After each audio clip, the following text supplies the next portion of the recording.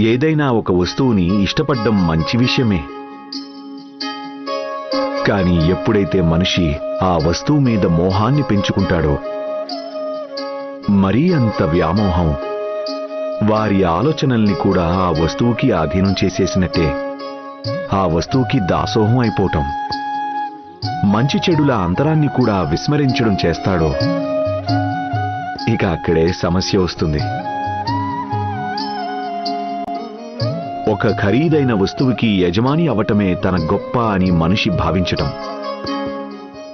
ఆ భావన వల్ల మనిషిలో అహంకారాన్ని పెంచి పోషించినట్టవుతుంది. దానివల్ల వినాశనం.